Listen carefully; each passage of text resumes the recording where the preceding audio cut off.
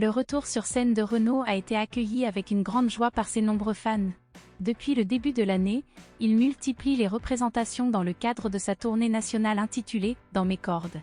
Ce grand comeback occupe d'ailleurs l'interprète de « Mistral gagnant » pour de nombreux mois à venir, puisque la tournée devrait se prolonger jusqu'au 21 décembre 2023.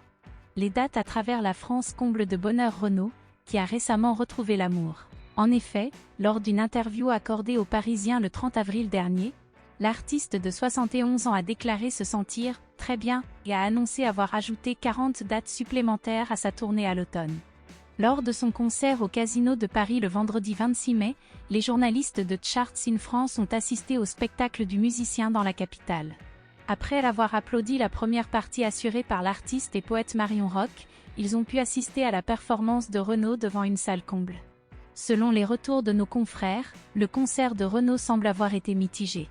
Sa voix, éraillée par les excès d'alcool et de tabac, a terni son succès.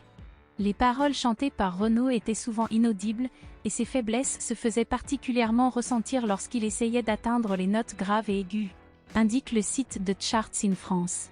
Au milieu du spectacle, le musicien, grand amateur de chansons françaises, a pris le risque de reprendre un classique, « Si j'étais chanteur » de Michel Delpech, dans le but de rendre hommage à l'artiste décédé en 2016.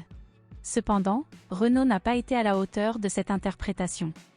Juste avant cette prestation, Renaud a également surpris ses fans en mimant une reprise d'un titre de Michel Sardou, ce qui a provoqué des sifflements et des huées nourries envers ce dernier. Malgré les faiblesses vocales sur scène et le petit incident lors de l'évocation de Michel Sardou, les fans de Renaud ont tout de même passé un bon moment. La salle a continué de l'ovationner, ne lui tenant pas rigueur de sa voix éreintée par les années. C'est ainsi que nos confrères concluent leur compte-rendu.